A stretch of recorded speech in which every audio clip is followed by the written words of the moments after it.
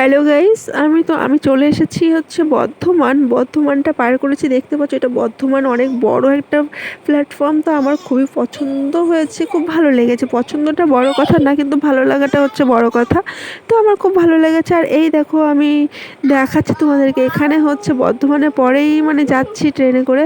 তো আমার খুবই পছন্দ হয়েছে। মাঠ এখান থেকে লোকজন কম, লোকজন দেখে আমাদের নর্থ চব্বিশ পরগনায় একটু বেশি লোকজন বসবাস, আর আমাদের চৌবেড়িয়াতেই একটু বেশি লোক বসবাস করে। আর রাস্তাঘাটে প্রচুর গাড়ি চলে। তো এইদিকে কোনো লোকজন নেই, আমি দেখতে পাচ্ছি না, পুরো ফাঁকা মাঠ। তোমরাও দেখতে পাচ্ছ, অনেকটা সুন্দর।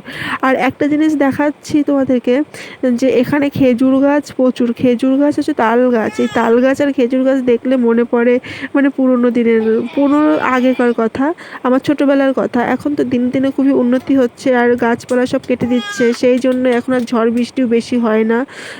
তো আর গরম পড়ে প্রচণ্ড। এমনি ঝড় হয় ইদানিং। এর আগের বার মানে কি বলে, আমফান হয়েছিল, এখন এবার আবার কি ঝড় হবে। তো ঝড় হয়, কিন্তু গরমটা প্রচুর, গরমের জন্য কিছু ভালো লাগে না। আমি তো একদম ক্লান্ত, দেখতে পাচ্ছ এই যে আমার মামি আর আমি এসেছি। আর এইদিকে অনেক প্যাসেঞ্জার ট্রেনে বসে আছে, দাঁড়িয়ে আছে। তারপরে দেখো ট্রেনের মধ্যে অনেক ভিড়। আর অনেক ভিড় না, বেশি ভিড় না, কিন্তু এটাই আমার কাছে অনেক ভিড়। আর এই যে বাইরের দিকে দেখতে পাচ্ছ, আর এইদিকে আমি বসে আছি, খুবই ক্লান্ত, খুবই টায়ার্ড, আমার কিছু ভালো লাগছে না। অনেক সকালে বেরিয়েছিলাম, আর চুল টুল পুরো মানে খারাপ হয়ে গেছে, নিজের চেহারাটাও খারাপ হয়ে গেছে অ্যাকচুয়ালি। মানে এমনিতেই আমার একটু চেহারাটা খারাপ হয়ে গেছে, আমি বুঝতে পারছি। অনেকটা আমি কালো হয়ে গেছি, এমনিতেই কালো। আর আমার এই লিপস্টিকটা কেমন লাগছে, আমার কালারটা, এই কালারের লিপস্টিক আমি কখনো পরিনি, এই ফার্স্ট টাইম। আর তাই আমি দেখছিলাম বাইরে, আমি বাইরের দিকে তাকিয়ে তাকিয়ে শুধু দেখছি এইদিকে কি এরকম, মানে শুধু মাঠ, কোনো চাষবাস কিছু নেই, শুধু ধান লাগানো ছিল, সেই ধানগুলো কেটে ফেলেছে। তারপরে এইদিকে দেখো, বাইরের দিকে দেখো, আমি আস্তে আস্তে মানে এগিয়ে যাচ্ছি বোলপুরের দিকে। তো তারপরে দেখো চলে এসেছি বোলপুরে, এটা হচ্ছে বোলপুর। আর আমি এখানে নেমে গেছি, আমি যাব বীরভূম। তো বোলপুর নেমে এই যে আমি হাঁটতে লাগছে, যেটা এই ট্রেনটাতে করেই আমি এসেছিলাম। তো নেমেই আমি ভিডিও স্টার্ট করেছিলাম। তো এইদিকে দেখো একটা পাখি উড়ে গেল, পাখি আমার খুব পছন্দ, কারণ আমি নিজেই পাখি। আমার যদি ডানা থাকতো তাহলে আমি আকাশে উড়ে যেতাম, ট্রেনে উঠতাম না, উড়ে উড়ে এখানে ওখানে চলে যেতাম, কাশ্মীর যেতাম আগে।